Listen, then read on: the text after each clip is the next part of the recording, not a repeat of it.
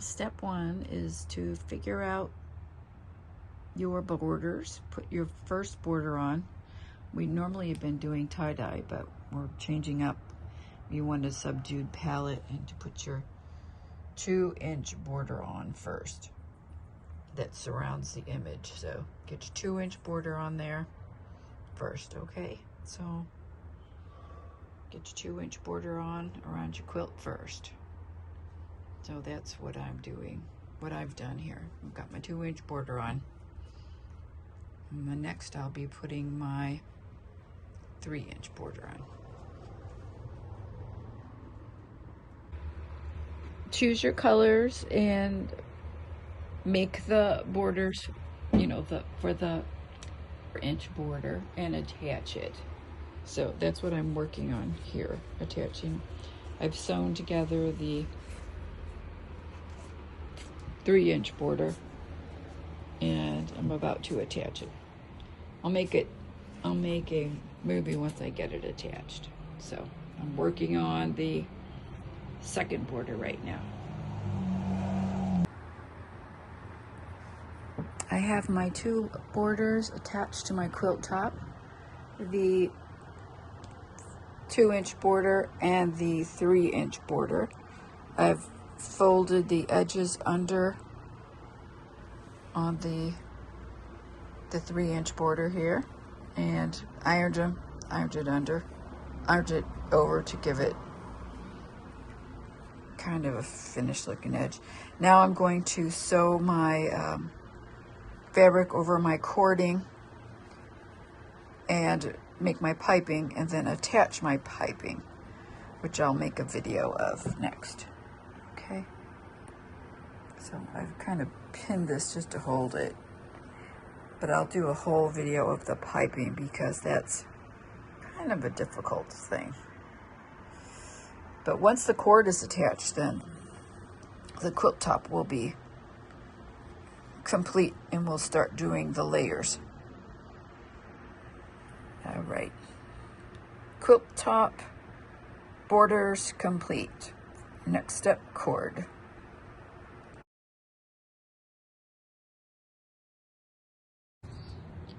Once you have your cord made, you know, covered, you and your quilt top sewn, then it's time to attach it to your quilt top. So this is always the hard part. So I do lots of pinning. So I'm going to go around, pin it this way, and then I'll pin it to the back, and you know, and then I'll sew it on. Okay, so right now I'm going to pin it, and then once I get it pinned, I'll make another video. Okay, so here I go. I'm going to lay it out and pin it, and I'll make another video once I get it attached, but that's all I got right now. Okay.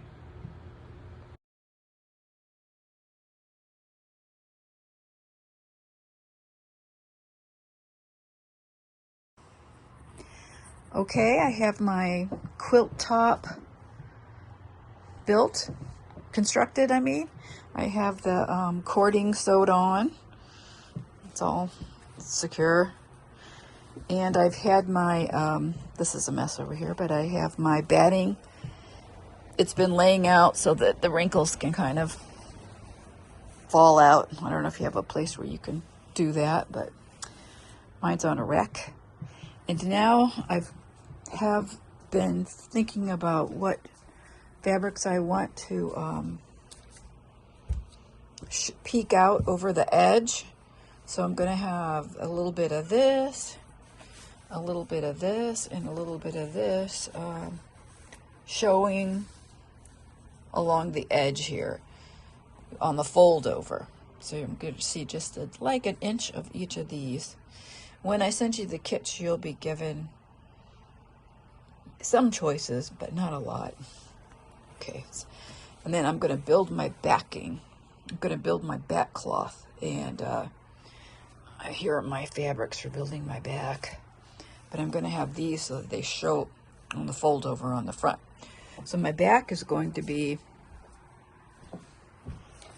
bigger, of course, than this by about, you know, this much around the edges, which is about 5 inches, 4 or 5 inches. Here's my ruler. You know, like, really it only needs to probably be 3, what, 4? 1, 2, 3, 4, 4. I usually go overboard and make it bigger. It could even only be 3, but I always give it extra. So give it 3, 4 inches bigger than your quilt top, and then you fold it over and tuck it under, and I'll show you that part when we come to it.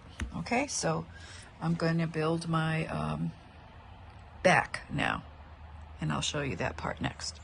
Okay,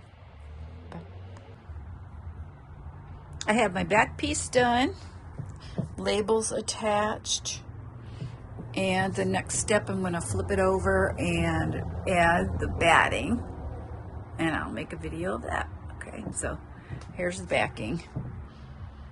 I've got my favorite colors added to the edging, which you'll see will be flipped over and rolled over. That's coming up next. Okay, I've laid the batting down on top of the backing is on the table, upside down, and the batting is laid out and it's ironed so that it's all nice and flat. And now the quilt top is being laid down on top of that, like this. Okay, hold up. Okay, I've rolled the sides in. See here? Done my sides first. I'm trying to make it about the same width as my cording. Done this side. And it's not pinned or anything because I want to be able to adjust it. And I've done this side. Okay, now I'm going to do the tops and the bottom. No, do you want me to get video of you? Yeah, my friend's going to hold the camera and I'm going to do the video. Here we go. I'm going to do the, is there a pin in there? Just tuck it under. And I'll show a corner in a bit, but you got a special way of doing the corners. First we'll just do the rollover. Maybe I should do a corner while we're doing it here. Okay, so we do the corner like so. Maybe this isn't a good one for a corner because it got so much fabric, but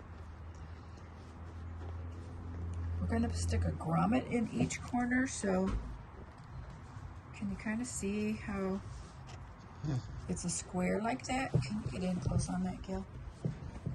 It's kind of like that. I'll go get a grommet and show you how the grommet goes in there. So a grommet's going to go like right in like that, kind of tucked up underneath there. Yeah. Good. Thank you.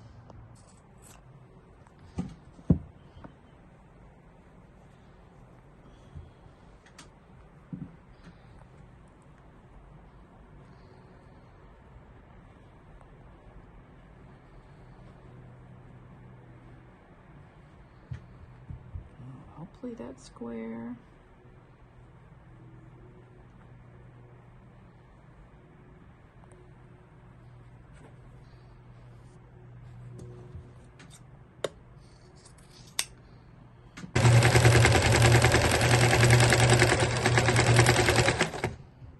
Oh, I didn't take all the pins out.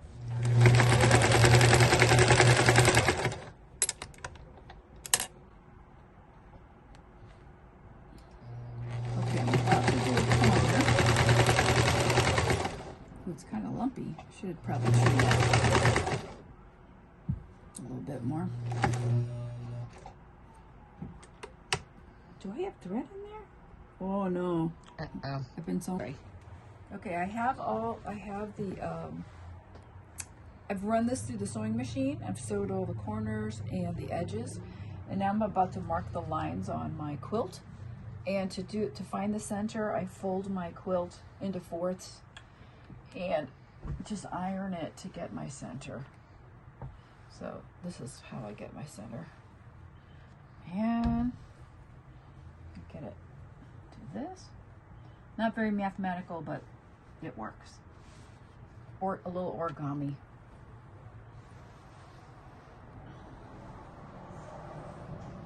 These are going to be my quilt lines, quilting lines. Okay. Okay, I have chalk and I'm gonna put down some lines for quilting. You'll have the diagram for the quilt lines, but I'm gonna do a major plus sign, so find the center of your quilt. We're gonna work off the center. So, let's see, here's our center line. Where's the center line go to here? I think it's here.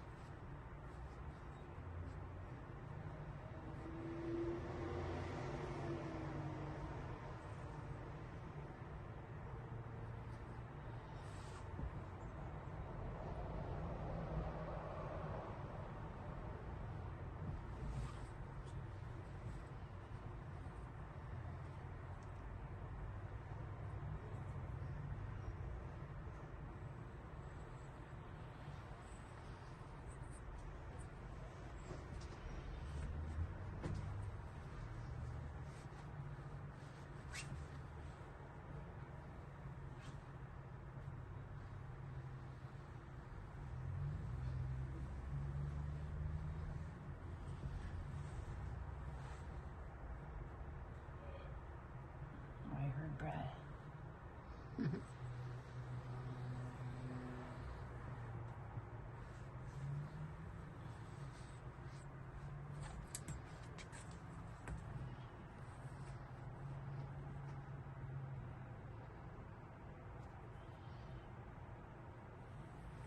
This quilt seems like a real square.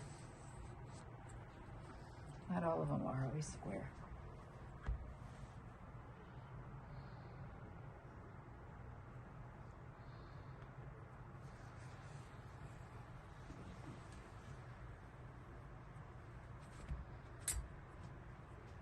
Stop.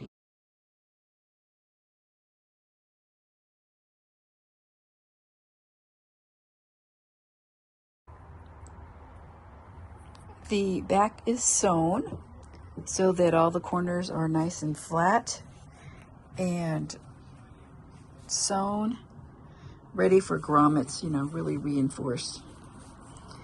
And I have marked the quilting lines. They kind of got rubbed off when I started pinning. I put my pins in.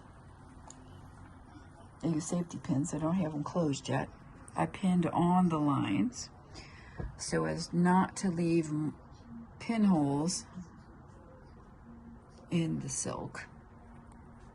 And I'll take them off as I sew. I might have to go back in and mark some of my chalk lines again, since they got, a lot of them got pretty rubbed off. I used real chalk, not the iron off stuff, because the waxy chalk leaves kind of a dark line on the silk when you ironed it off. So I'm using like Taylor's chalk. But you can see in the center the chalk lines are still there. Okay.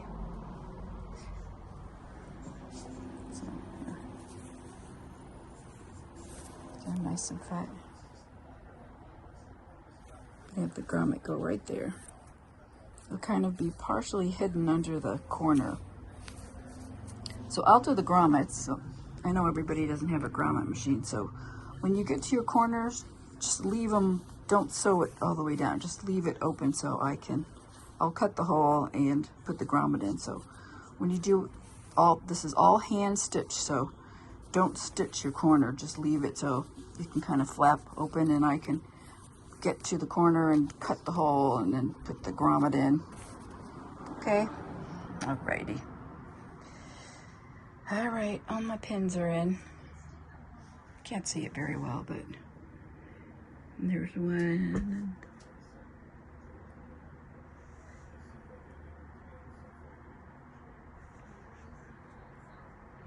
It got poked.